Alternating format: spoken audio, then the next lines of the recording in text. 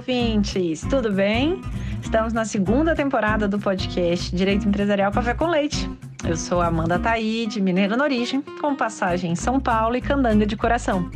Casada, mãe do Pedroca Pipoca de 3 anos e meio. Pedro. Do Luquinhas Pimpão, que está prestes a completar 2 anos. Chute. E tutora do Vira-Lata Farofo. Sou professora doutora da Universidade de Brasília, UNB, dos cursos de Direito Empresarial, Concorrência, Comércio Internacional, Defesa Comercial e Compliance. E este é um podcast voltado para os estudantes de graduação iniciantes no mundo do direito comercial, para que possam aprender ouvindo a bibliografia obrigatória e complementar do nosso curso. Ou seja, o nosso podcast não é temático, mas sim orientado pela produção acadêmica. Ou seja, eu convidarei os próprios autores ou comentaristas dos artigos acadêmicos, capítulos ou trechos de livros essenciais para a compreensão do direito empresarial no Brasil, para que os alunos da graduação em Direito possam, assim, conhecer e se apaixonar pelos principais autores do direito privado no nosso país. E então, vamos comigo para a próxima xícara de café com leite? A nossa xícara de café com leite de direito empresarial de hoje vai tratar de 2 leis que foram publicadas recentemente no Brasil. A gente está falando, na verdade, da lei da melhoria do ambiente de negócios, e a segunda é uma MP, ainda em processo legislativo para sua conversão de lei, que se refere aos cartórios, né, ao procedimento de digitalização, maior automatização dos cartórios. E para isso a gente vai ter a alegria de contar com a participação do professor André Santa Cruz, que atuou profissionalmente e também academicamente na elaboração dessas normas. O professor André Santa Cruz é procurador federal, bacharel e mestre em Direito Processual Civil pela UFPE, doutor em Direito Empresarial pela PUC São Paulo e professor de Direito Empresarial no IESB aqui em Brasília. Atualmente ele é diretor do Departamento Nacional de Registro Empresarial e Integração, o DREI, do Ministério da Economia. O professor André já participou da primeira temporada do podcast e está voltando aqui para falar com a gente sobre essas 2 novas legislações que, então, impactaram bastante a vida do professor de Direito Empresarial no ano de 2021. Então, ele é o responsável pela alegria e o desespero de uma grande parte dos professores e alunos aí em 2021. Professor André, muito obrigada por participar aqui do nosso podcast e por trazer de modo simples, curto e gostoso, esse tema para a gente aqui. Obrigado, professora Amanda, eu que agradeço. É sempre um prazer e uma honra participar do seu podcast e conversar aí com toda a sua audiência sobre esses temas atuais e relevantes da nossa matéria. Conte sempre comigo. Então, vamos começar. Para a primeira pergunta, a gente normalmente entrevista sobre artigos, livros, capítulos de livro, e aqui a gente está entrevistando sobre uma lei.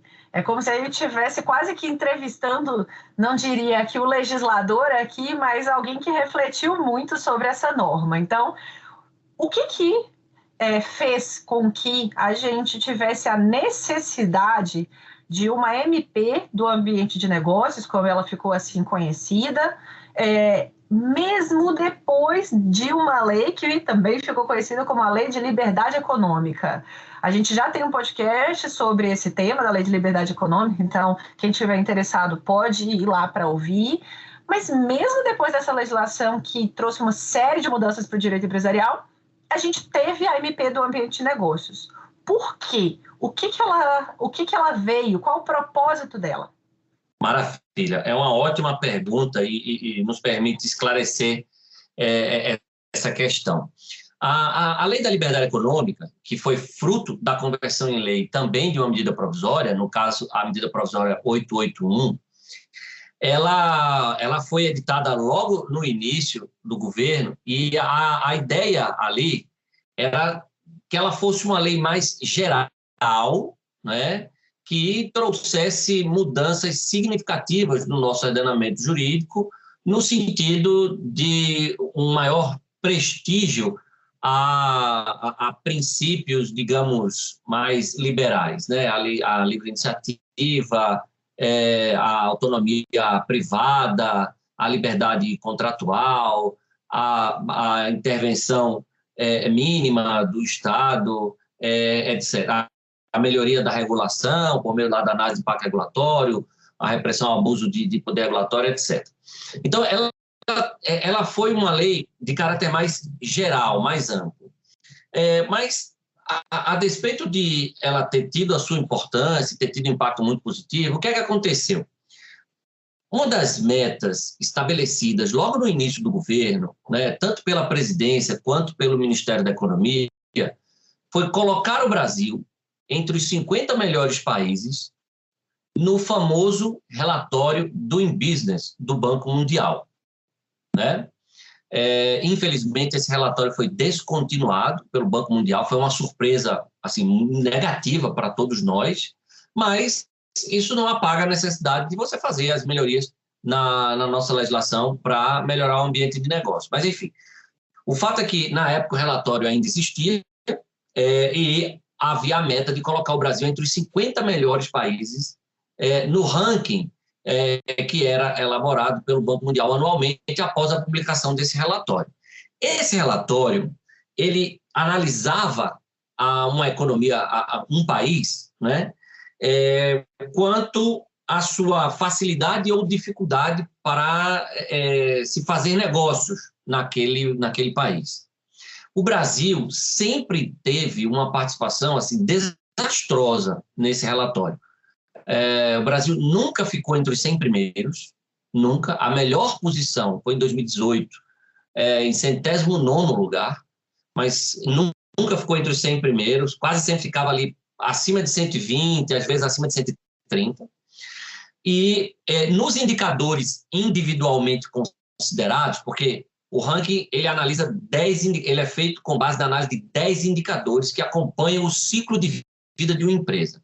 Abertura de empresas, registro de propriedade, obtenção de alvará, obtenção de eletricidade, acesso a crédito, proteção de investidores minoritários, pagamento de tributos, execução de contratos e resolução de insolvência. Não sei se eu esqueci algum, mas são 10 indicadores que acompanham o ciclo de vida de uma empresa, vai desde a abertura até uma eventual resolução de insolvência.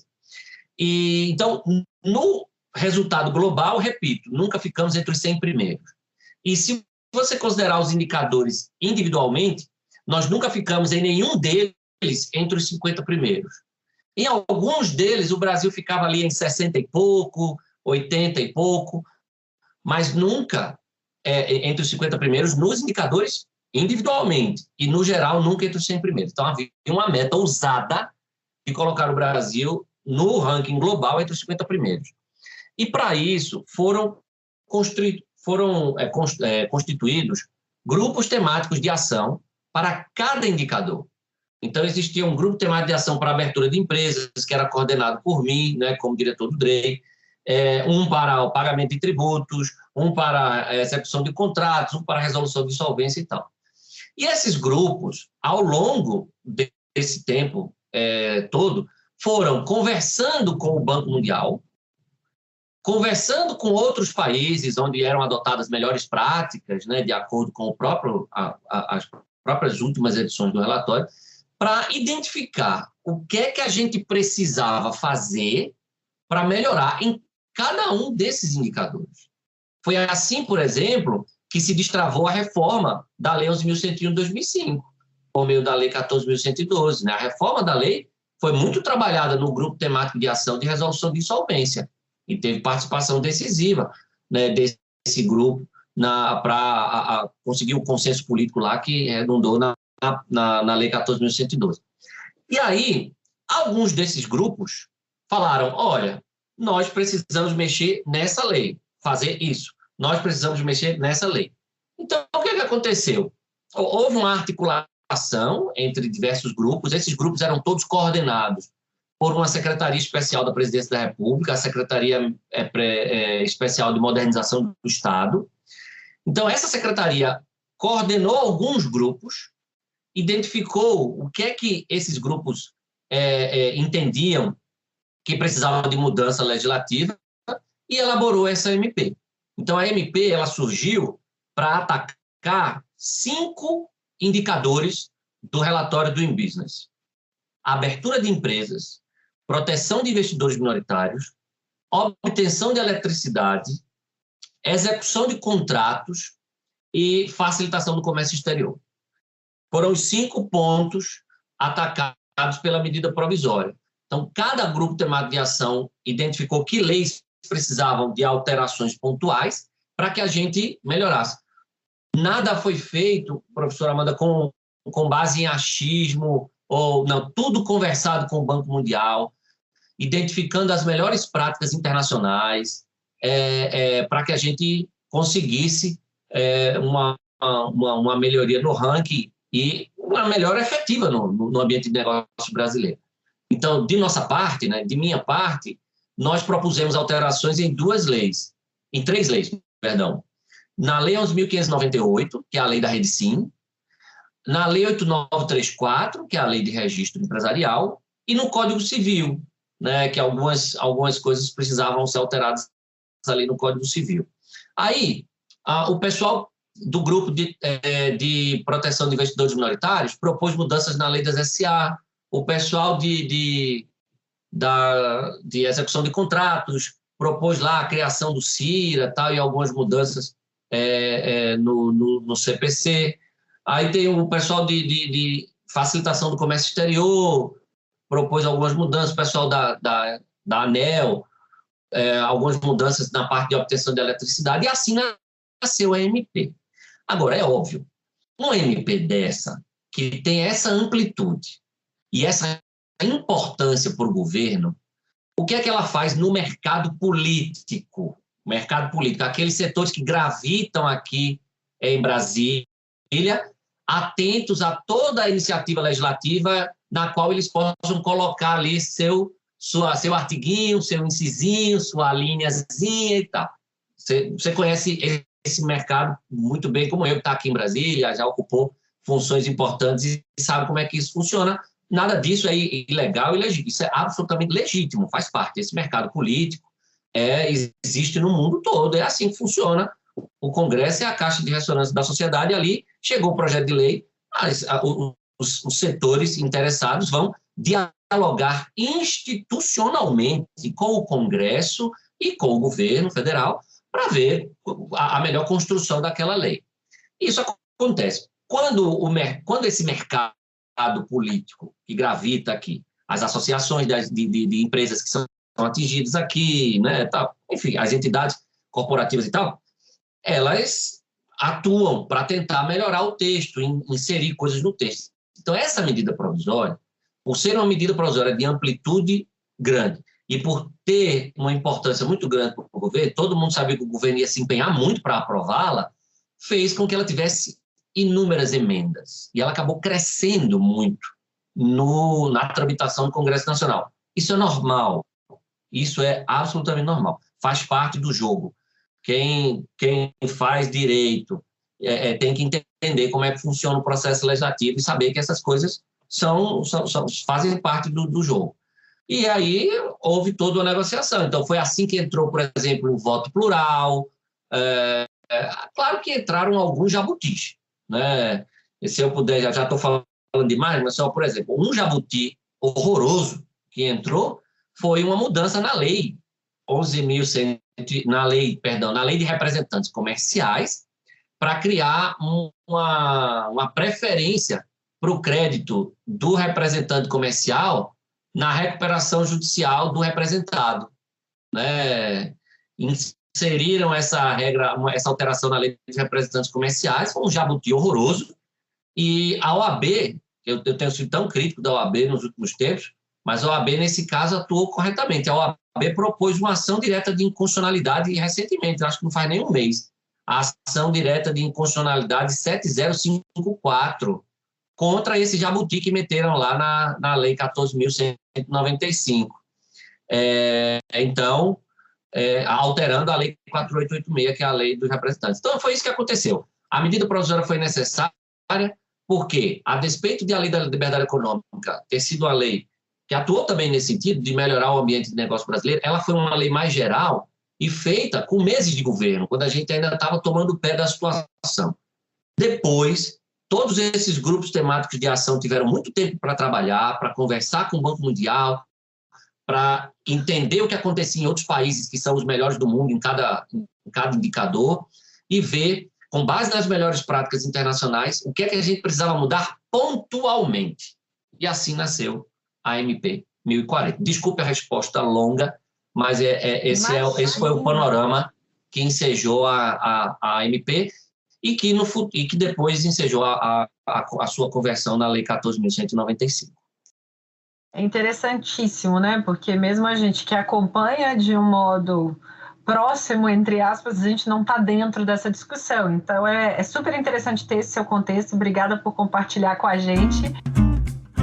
E aí eu queria entender um pouco para a gente caminhar sobre o mérito. E o mérito no que diz respeito ao direito empresarial, teoria da empresa, essa parte, né, mais de fundamentos aí do direito empresarial. O que a MP do Ambiente de Negócios trouxe de mudanças significativas e também o que mudou nessa transição da MP para a lei, porque teve, né, alguns solavancos nessa transição, que a gente também vai continuar conversando sobre ela, mas se você puder avançar, assim, explicar para os alunos como que era antes, quais eram os problemas, então, identificados pelo Doing Business, no relatório, né, e que foram concretamente atacados. Como que foi essa intervenção cirúrgica aí no Código Civil para endereçar? Maravilha. Vamos lá. No que toca especificamente ao direito empresarial, há dois indicadores que foram atacados pela MP e, consequentemente, pela Lei 14.195, que são importantes. O indicador de abertura de empresas e o indicador de proteção de investidores minoritários, né? Vamos começar pelo indicador de abertura de empresas.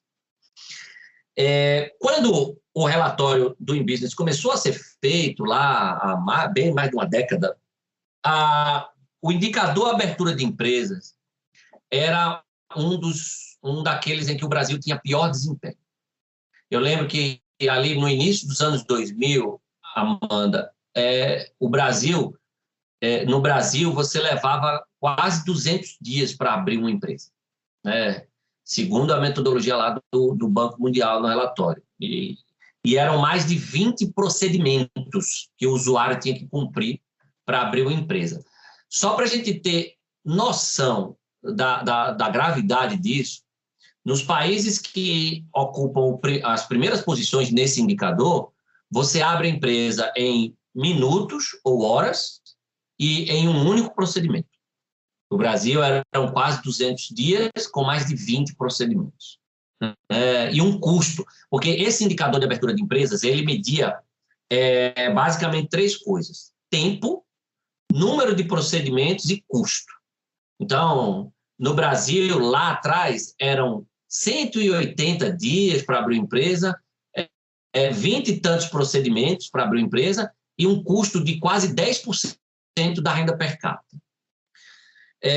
Então, na época já, ali por volta de 2006, 2007, criou-se a REDSIM, a lei da REDSIM, que foi uma lei que teve o objetivo de atacar esse problema. Essa lei, a Lei 11.598, e ela teve resultados assim, expressivos, se você olhar para os números, nos últimos 15 anos, né? Pelo próprio Banco Mundial, se você pegar o último relatório do Banco Mundial divulgado, que foi o relatório publicado em outubro de 2019, que analisou o Brasil ainda na realidade de 2018, a melhora foi significativa. Segundo o último relatório, eram 17 dias para abrir empresa no Brasil, 11 procedimentos e um custo de 4,2% da renda per capita. Então, você reduziu o custo pela metade, você reduziu mais de 150 dias para abrir empresa, né, de 180 para 17, e reduziu pela metade os procedimentos. Foi uma melhora significativa? Foi. Mas era suficiente para a gente se dar por satisfeito? Não. Porque tudo isso, acredite, fez com que o Brasil não andasse quase nada em termos de posições no ranking. Tipo, a gente era 140, passou a ser 138. Por quê? Porque havia um abismo entre o Brasil e os primeiros lugares. Então, por mais que a gente cortasse procedimentos, baixasse o tempo e baixasse o custo, a gente ainda ia ficar entre os últimos, porque havia um abismo, né? E aí era preciso melhorar ainda mais. Então, o que é que a gente fez nessa MP e, consequentemente, na lei? Nós alteramos a lei da Rede Sim para tornar facultativa a etapa de viabilidade locacional, que é a etapa que mais dá problema, mais dá trabalho na abertura de empresas, que é aquela etapa no município, onde você pergunta para o município se o endereço que você escolheu pode ser de acordo com as regras de zoneamento urbano. Tá? Então, para melhorar isso, você tem que ter uma integração entre o município e a junta comercial, para que no próprio sistema da junta comercial você consiga fazer essa análise de viabilidade sem precisar disparar uma mensagem para a prefeitura, para isso cair na caixinha de um servidor, para o servidor fazer a análise, devolver e tal. Quebra. Então, o que é que a gente fez? A gente disse o seguinte nessa lei agora, resumidamente. Ou o município se integra e dá essa resposta automática, ou o usuário está dispensado dessa etapa. Para quem conhece o conceito de nudge, eu acho que fica bem claro aí. É um estímulo ao município, dizendo o seguinte: município, ou você se integra, né, e trata seu cidadão empreendedor com o mínimo de dignidade, o cara que abrir um negócio no seu município, né, e o mínimo que se espera é que você o atenda o mais rápido possível e dê as orientações a ele da forma mais simples e clara possível, ou então ele vai ser dispensado dessa etapa. É isso que a lei diz. Outra coisa que a lei fez, alterou a lei de registro empresarial para melhorar algumas etapas do procedimento, como a pesquisa prévia de nome empresarial, que às vezes demorava porque você precisava de análise humana, Amanda, porque a junta comercial ela fazia análise de colidência, né? Se aquele nome empresarial escolhido é igual ou parecido com outro já registrado. Agora ela não faz mais essa análise de se o nome é parecido. Ela só faz a análise se o nome é igual. Por que isso? Porque a análise que se o nome é igual, quem faz é um computador. E ele faz isso em milésimos de segundo. Feito quando a gente vai abrir uma conta de e-mail ou um perfil numa rede social. Se você escolher o nome de alguém que já está, dá vermelhinho lá para você. Escolha outro. E é isso. E a outra coisa que a gente colocou, possibilidade de usar o CNPJ como nome empresarial. Porque muitas empresas não têm nenhum interesse em ter um nome empresarial de fantasia, né? E, portanto, para elas é indiferente. Então, se ela optar pelo número de CNPJ como nome empresarial, ela sequer passa pela etapa de consulta prévia, porque nenhum CNPJ é igual ao outro, então já pula essa etapa. Então, foram mudanças que a gente fez, tanto na Lei 11.598, quanto na Lei de Registro, para melhorar esse processo. Na tramitação, você perguntou o que é que a medida provisória fazia na tramitação. Na tramitação, deu-se um passo mais ousado, né? Aí não era texto original da MP, foi algo que surgiu no Congresso Nacional, houve um movimento até de juristas, né? Os juristas fizeram até um documento encaminhado ao relator, pedindo para acabar com aí é a opinião pessoal minha, com a insustentável e como é que eu posso dizer, ultrapassada e que não faz mais sentido hoje, distinção, dicotomia entre sociedade simples e sociedade empresária. Então, lá no Congresso, se propôs um texto, por emendas, para acabar com essa distinção. Todas as sociedades passariam a ser empresárias e registradas na junta. Você não teria mais aquela sociedade simples com registro em cartório. Isso gerou uma polêmica muito grande por parte de dois órgãos que têm muita força política. Primeiro, os cartórios, que não queriam deixar de registrar as sociedades simples, e segundo, a OAB, que, na minha opinião, teve uma interpretação equivocada, né, quanto ao impacto que isso ia trazer para as sociedades de advogados, e também fez lobby contra essa mudança. A mudança acabou passando, por conta de um bypass que a Câmara deu no Senado. Teve toda uma discussão sobre o processo legislativo. O Senado ficou muito chateado com o que a Câmara fez, porque basicamente foi o seguinte: a Câmara aprovou o PLV, foi para o Senado. O Senado aprovou com uma série de mudanças. Voltou para a Câmara derrubou as mudanças do Senado e aprovou o mesmo PLV que ela tinha aprovado antes e mandou para a sanção. E aí havia uma discussão sobre se isso era possível, que teria havido vício no processo legislativo e tal. Resultado, o presidente do Senado fez um ofício à presidência da República, alegando tudo isso e falando: presidente, para não ter confusão e para evitar de amanhã estar propondo a DIN e gerar uma crise institucional entre as casas legislativas, vete essas mudanças da sociedade simples. E o presidente acatou isso e houve veto a todas essas mudanças no Código Civil que acabavam com a sociedade simples. Então, continuou tudo como era. Continua sendo sociedade simples, sociedade empresária, sociedade simples no cartório, sociedade empresária na junta. Beleza. Isso foi no quesito abertura de empresas. Beleza. No quesito proteção de investidores minoritários, a MP trazia algumas mudanças pontuais na Lei 6404 de 1976, né? Mudanças que se inspiravam em boas práticas de governança corporativa. Posso citar aqui algumas. A impossibilidade em companhias abertas de você ter a impossibilidade em companhia aberta de você ter a acumulação do cargo de diretor-presidente e presidente do Conselho de Administração, a necessidade de que, em companhias abertas, o Conselho de Administração tenha a participação de conselheiros independentes, mudanças, o deslocamento da competência para determinadas questões sensíveis, como a aprovação de operações com partes relacionadas, tal, para a Assembleia Geral, para que os minoritários tenham direito de voz e voto nessas questões.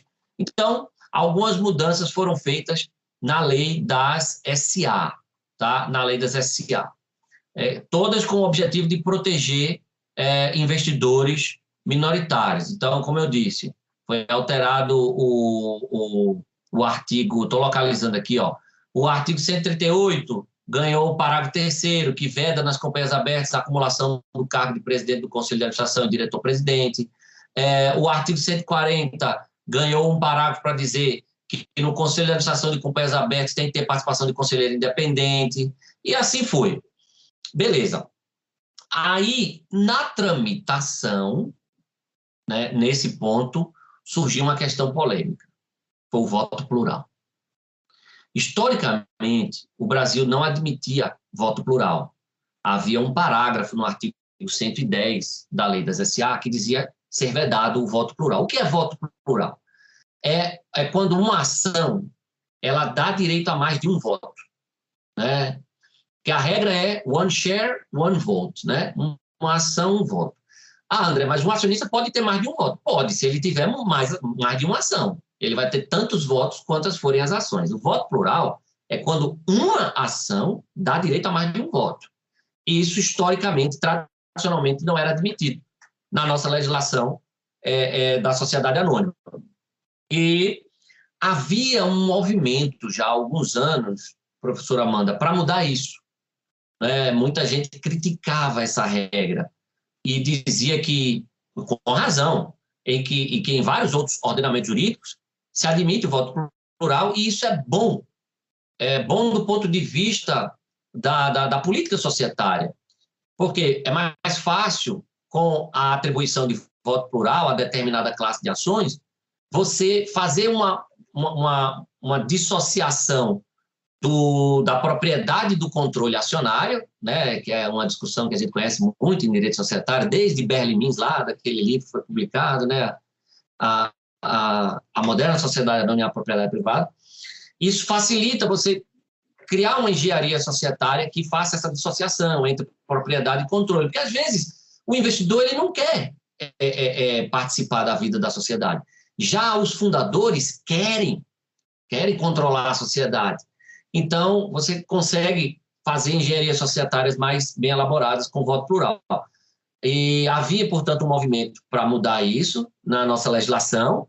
Havia já um PL, tramitação para permitir voto plural. E o que é que se fez? Aproveitou-se o momento. Arquivou-se o PL e trouxe essa discussão para a MP, para o PLV da MP, e aí se permitiu o voto plural. Polêmica. Muitos juristas, especialistas na área, não é minha especialidade, né, sociedade anônima, mas muitos especialistas na área diziam o seguinte: olha, é melhor o legislador só revogar a proibição de voto plural e pronto. Deixa os detalhes para os estatutos sociais ou para as bolsas de valores, que vão criar regras para os segmentos de listagem e tal, ou para a própria CVM e tal. Não foi o que o legislador fez. O legislador criou o voto plural com um excessivo detalhamento.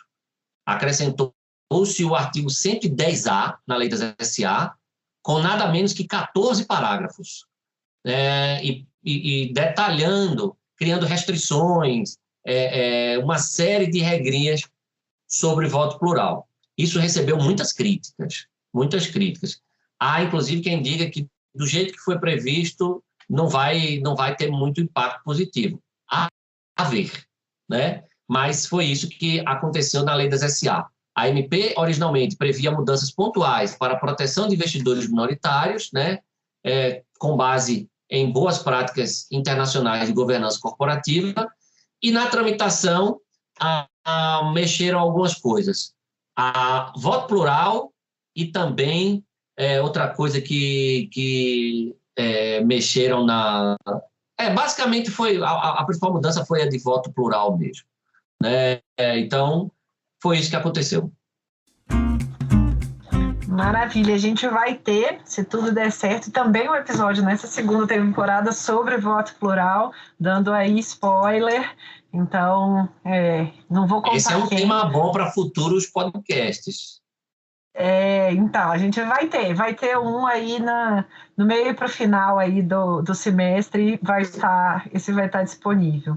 Legal. E aí, então, para a gente entender, teve toda essa mudança, teve MP, teve vigência da MP, teve tramitação, teve conversão em lei.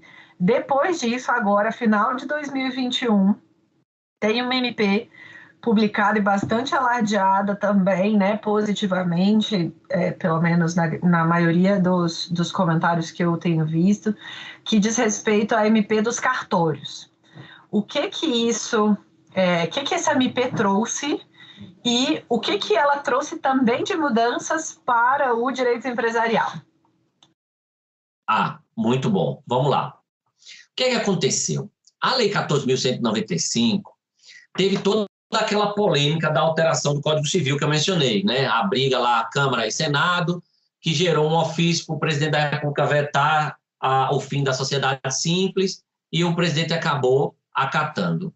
Só que isso nos levou a alguns problemas formais, né? Que eu vou tentar explicar aqui da forma mais sucinta possível. O que acontece? Dentre as mudanças lá do Código Civil, além do fim da sociedade simples, estava havendo também o fim da EIRELI, da Empresa Individual de Responsabilidade Limitada. Porque chegamos à conclusão de que, com a permissão da sociedade limitada com um sócio apenas, que é uma permissão que vem lá desde a Lei da Liberdade Econômica, a EIRELI perdeu o sentido, né? E os números até estavam mostrando isso. Ninguém mais registrava EIRELI, estava todo mundo constituindo sociedade limitada com um sócio só, né? E o que o mercado acabou chamando de sociedade limitada unipessoal e tal. E aí falou, vamos acabar com a EIRELI, isso aqui foi uma jabuticaba que teve sua importância ali circunstancialmente, mas hoje perdeu o sentido. Beleza. Só que o que acontece? Há um dispositivo na Lei 14.105 dizendo que as EIRELI existentes são transformadas em limitadas. Beleza. Automaticamente, sem custo pro empreendedor e tal. E aí, além disso, o artigo da EIRELI, que é o 980A do Código Civil, e o inciso 6º do artigo 44 do Código Civil estavam sendo revogados. Beleza. Então, estamos transformando as EIRELI em limitadas, estamos revogando as normas da EIRELI. Ok. Só que qual é o problema? Por uma má técnica legislativa, e aí é preciso reconhecer, o dispositivo da Lei 14.105, que revogava as regras da Eireli, ele também revogava outras regras do Código Civil sobre sociedade simples. Por que eu digo que é má técnica legislativa? Porque hoje você não deve fazer isso, porque se amanhã você precisar vetar só uma coisa, você veta só uma coisa. Você veta só o inciso que altera aquilo ali. Se você coloca tudo num bolo, como não existe veto parcial, você coloca o presidente da República numa situação difícil. Ou ele veta tudo, ou ele não veta nada. E se ele quiser vetar alguma coisa, ele vai ter que vetar tudo. Então, é má técnica legislativa. Você pode ver que as leis recentes, o dispositivo de revogação dela é super extenso. Porque para cada dispositivo que ela vetar, tem que ter um inciso próprio. Isso é boa técnica legislativa hoje, que é justamente para você facilitar o veto amanhã, né? Já que não existe veto parcial. Então, por má técnica legislativa, colocaram a revogação das regras da Eireli junto da revogação de regras da sociedade simples. E como a presidência da República optou por vetar o fim da sociedade simples, eles tiveram que vetar esse dispositivo. E por arraste, foi vetada a revogação expressa das regras da Eireli. Não porque a presidência não quisesse acabar com a Eireli, mas porque não existe veto parcial. E aí ela falou, ó, eu vou ter que vetar. Eu digo isso com propriedade porque eu participei das reuniões, né, com Casa Civil e tudo. Né? Só que, como era o objetivo acabar com a Eireli mesmo, não se vetou o artigo 41, que é o artigo que mandava transformar a Eireli em limitada. E aí você ficou com uma situação delicada, que era o seguinte, o artigo 41 manda transformar todas as Eireli existentes em limitada, mas as normas da Eireli se mantiveram em vigor por causa do veto. E aí? Aí, vamos lá. Com todo respeito aos meus colegas, professores de direito empresarial, que até escreveram artigos, tal, dizendo que a Eireli se mantinha, ela não tinha como se manter. Eu disse isso, acho que em uma live, professora Amanda, você tem que procurar, o intérprete ele tem que procurar a interpretação que permita um mínimo de harmonia no sistema. Né? Eu sei que eu sou até um crítico dessa ideia de que o direito é um sistema concatenado e organizado. Não é, o direito é uma bagunça. O ordenamento jurídico é uma bagunça. Não tem sistema no sentido, né, nenhum. Beleza, eu sou um crítico disso. Mas nós, como intérpretes, nós temos que procurar uma interpretação que dê o mínimo de harmonia para o sistema, né, para o ordenamento jurídico. Então, não faz sentido eu optar por uma interpretação que diz o seguinte, as Eireli existentes são transformadas em limitadas, mas agora você pode constituir uma nova Eireli. Sabe? Não faz sentido, não há coerência, não há congruência. Existe alguma interpretação melhor do que essa? Existe. Qual é? A de que houve revogação tácita da Eireli. Ora, revogação tácita existe. Está prevista na Lei de Introdução à Norma do Direito Brasileiro, artigo 2º, parágrafo 1º. A norma é revogada se uma norma posterior expressamente o disser ou se com ela foi incompatível. Está dito lá. Não é nenhuma invenção da minha cabeça, não é André Doidão que está inventando isso. Está na Lei de Introdução à Norma do Direito Brasileiro. Se uma norma posterior surge e ela é incompatível com a anterior, ela revoga tacitamente essa norma, ainda que não diga expressamente. Está lá, pô. É lei. Então, o que é que a gente fez? A gente pediu um parecer da Procuradoria, né, da Consultoria Jurídica do Ministério, perguntando, olha, no nosso entender, houve revogação tácita. E eu preciso dar uma orientação para juntos comerciais. Né? Porque é bonito, às vezes, a gente escrever um artigo lá no papel e tal, mas eu, como diretor do DREI, eu tenho problemas reais para resolver, de pessoas reais, que estão lá na ponta querendo saber se pode registrar uma Eireli ou não. Né? E eu preciso resolver esses problemas reais. Né? E aí a consultoria do Ministério disse, não, houve revogação tácita, não faz mais sentido, acabou a Eireli. Beleza, acabou a Eireli. E a gente soltou aquela orientação que a professora deve conhecer, falando para juntos, ó, não registra mais Eireli, acabou a Eireli. Inclusive, até falando com a Receita Federal, o código da Eireli foi eliminado do sistema, não tem mais Eireli, morreu. Só que custa revogar expressamente? Não custa. É melhor, né? Não custa nada. né? Já há uma interpretação pela revogação tácita? Já. Mas custa revogar expressamente para evitar confusão? Não. Então, o que é que a gente fez? A gente aproveitou a MP lá dos registros públicos e corrigiu esse problema. Ó, revoga aí as normas da Eireli. Assim como também resolvemos um outro problema. Esse é um problema formal, mais real, né? Que era o seguinte: o artigo 43 da Lei 14.195 era o artigo que mandava alterar o Código Civil. É aquele artigo que dizia: Código Civil passa a vigorar com as seguintes alterações, né? Só que ele não dizia só isso. Ele dizia assim: o Código Civil passa a vigorar com as seguintes alterações, vírgula, renomeando-se o título tal, do capítulo tal, do livro tal do Código Civil para das normas gerais da sociedade. O que era isso? Sabe a sociedade simples? Ela não ia acabar pela redação original da Lei 14.195.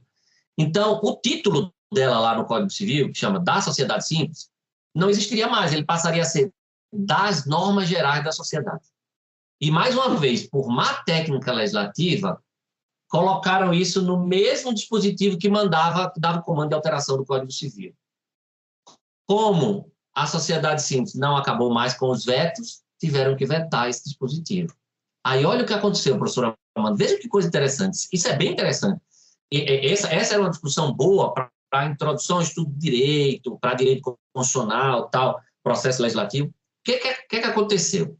A Presidência da República vetou o caput do artigo 43, que era o artigo que dizia: o Código Civil passa a vigorar com essas alterações, vírgula, renomeando-se o título tal. Por quê? Porque tinha que revogar essa parte, renomeando-se tal, mas não tem veto parcial, então teve que revogar tudo. Então revogou. Só que não revogou algumas alterações que esse dispositivo determinava. Tipo, o acréscimo de 3 parágrafos ao artigo 1142 do Código Civil, que era lá do estabelecimento empresarial, a mudança no artigo 1160 e 1161, que era a mudança de nome empresarial. E aí ficava aquela dúvida: vem cá, o Código Civil foi alterado ou não? Porque as alterações em si não foram vetadas, algumas, né? Essas que eu mencionei. Mas a cabeça do artigo, o caput, né? Cabeça do artigo, que era justamente o dispositivo que trazia o comando de alteração, foi vetado. A discussão era tão interessante e tão plausível mesmo, essa era realmente plausível, que quando você entrava no site do Planalto, no Código Civil, e estava lá, o Planalto não alterou o Código Civil. Ele colocava assim: ver lei tal, mas ele não alterou.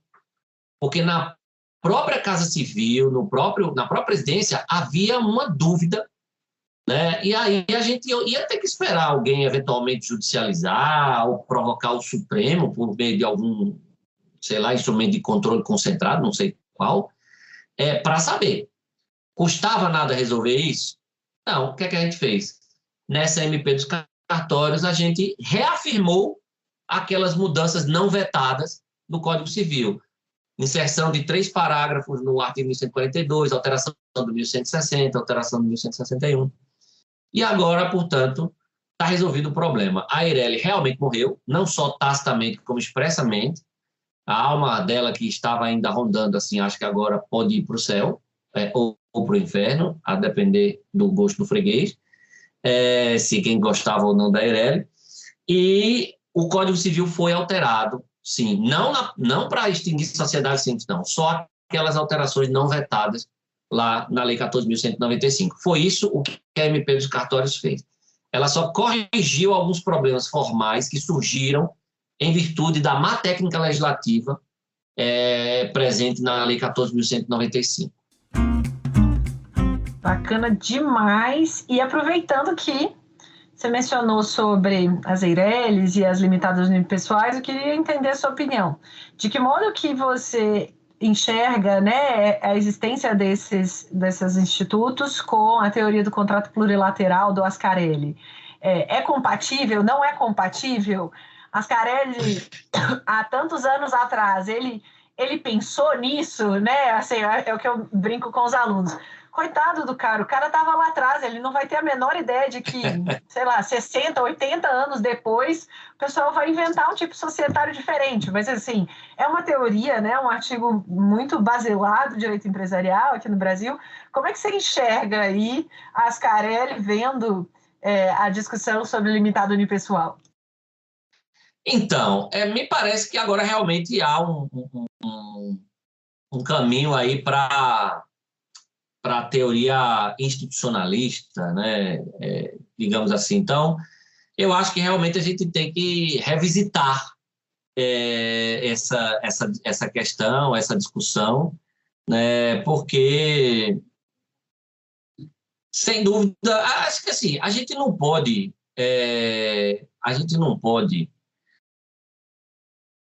deixar de fazer uma evolução, penso eu, né, na nossa legislação, porque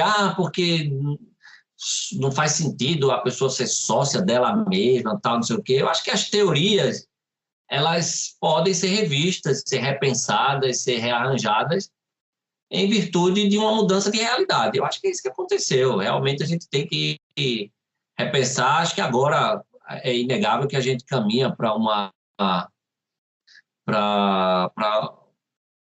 a teoria institucional, né? E são necessidades aí, né, do empreendedor, como você mencionou bem no início, né, do podcast. O empreendedor tem essa necessidade, né? Eu acho que acho que agora não tem como a gente não aderir, né, a essas teorias institucionalistas ou do ato institucional, ou coisa do tipo. E, assim, vale lembrar, professora Amanda, que isso não está sendo uma jabuticaba, tá? A Eireli era uma jabuticaba. Sim. A sociedade unipessoal não é. Sociedade unipessoal já existe no mundo todo há bastante tempo.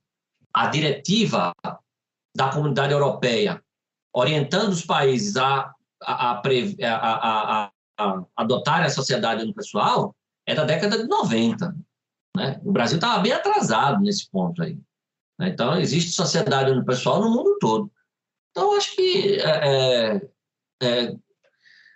o Ascarelli não vai ficar chateado, não. Eu acho que ele sabe que o mundo muda, a realidade muda e teorias se adaptam a novas realidades. Maravilha. E para a gente caminhar aí para o final do podcast, a gente, da vez passada, você já respondeu essa pergunta, eu queria ver de novo. Agora, a sua nova visão, depois de quase 6 meses, 1 ano aí da nosso último episódio. Qual que seria a sua recomendação para os alunos, né, que tiverem interesse em trabalhar, em estudar direito empresarial? Eu vou pedir licença para fazer jabá.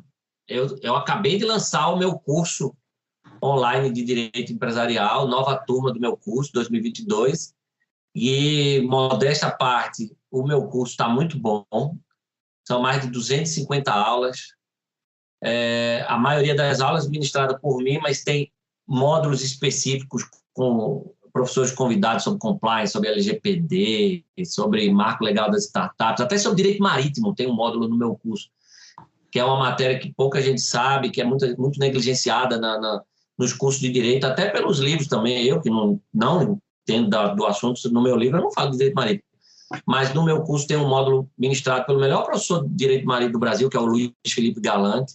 Então, se quer aprender direito empresarial, tem que fazer meu curso, primeira coisa. Então, vou fazer o jabá. Excelente. Mas, assim, brincadeiras à parte, eu acho que nenhuma área exige uma atualização tão constante quanto a nossa. Né? O direito empresarial, quando a gente fala lá da introdução do direito, das fontes formais e materiais do direito, as fontes materiais do direito empresarial, aqueles fatores que determinam a criação das normas jurídicas empresariais, eles estão em constante mutação, né? Que é o mercado, a economia, e principalmente nessa época que a gente está vivendo, né? Não sei quem foi escrever um artigo no Estadão recentemente dizendo que o mundo vai mudar nos próximos 10 anos mais do que mudou nos últimos 100 anos, né? E eu acredito, e é isso mesmo, a gente está vivendo a era aí da criptoeconomia, né, da inteligência artificial, dessa economia do compartilhamento, e o mundo muda o tempo todo, e o direito empresarial ele é muito mais impactado por essas mudanças do que qualquer outro direito. Então, quem é doidinho o suficiente para gostar dessa nossa matéria e atuar nela, tem que saber que não pode passar um dia sem se atualizar, né? É isso. Então, o curso online do professor André e ficar atualizado. 2 anotações feitas. Gostei. E para a gente fechar agora com uma pergunta específica dessa segunda temporada.